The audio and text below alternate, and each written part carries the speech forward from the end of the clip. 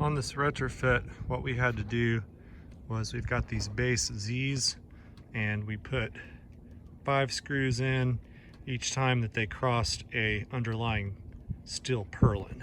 So there's a steel purlin right there, there's another one running right there, all the way across, so on and so forth.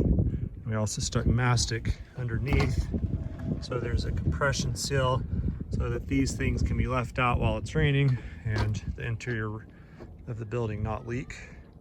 Right now I'm running my C-posts, and those are set on 3-foot centers, except at the corners they've got them at 1'6", and they've got 4 fasteners, 1 1/4 inch Tech 2 fasteners going in per connection. Got a little bit of a funky top piece right there, put together with a couple of sort of U-shaped members. We got hat purlins over here, same kind of concept though.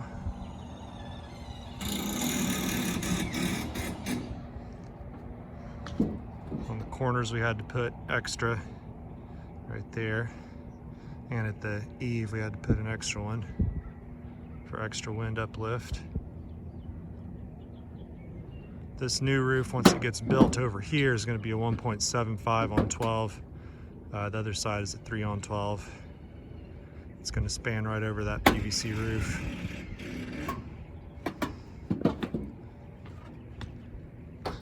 We had to use 8-inch Tech 5 screws to go into the steel purlins underneath, because there's a lot of insulation board and stuff like that underneath this metal before you actually hit the steel purlin underneath.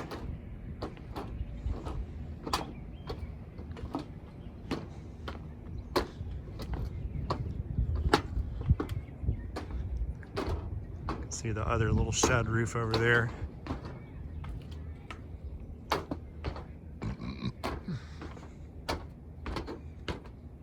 can also see right here on the edge how we did the wall panels, and you can see we've got the eave plate right there, which is like 8 inches by 4 inches. It screws onto that hat purlin. We got this little red member right there, which is the eave plate, which is a 1/2 inch offset, raises the panels up a 1/2 inch, because everywhere else there's going to be a thermal spacer that's a 1/2 inch that raises the panels up for a little bit extra insulation. Of course, it's going to be a vented roof, so it's already going to have a lot of help right there with keeping the building low energy bills and stuff. On the bottom we got a piece of shelf trim, and we've got some perforated soffit material. So you can see, let's see, let me rotate the phone around here. Oops, it's not going to let me. All right, well, you can see it there now. See the perforated soffit, it's like 6 inches, comes up 1.5 inches right there, and then here's the shelf trim right there, comes out, goes down, comes back up, comes over. So it's all painted brown, all looks good. This is just a corner right there. You can see the panels here, and you can see the outside closure right here, or Z closure, and we've got some Zac screws, 5 Zac screws per closure, tightening that in. We did not use mastic underneath it because it's a wall and it was not required. When we run the roof panels, they will screw into this red plate right here. Of course, there'll be mastic right here. They'll screw through the mastic and they will overhang a certain amount past that red. And we'll be installing a gutter up against the closure, as well as one more piece of trim right here prior to installing the roof panels. You can see the vented soffit here.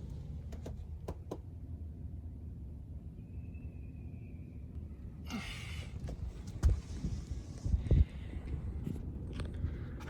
can also see the back side of those wall panels right in there slightly.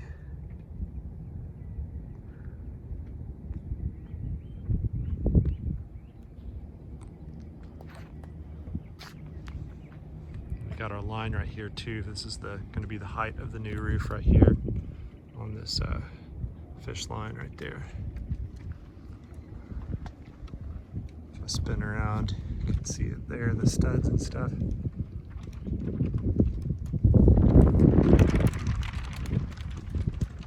All right, I'm closing this out.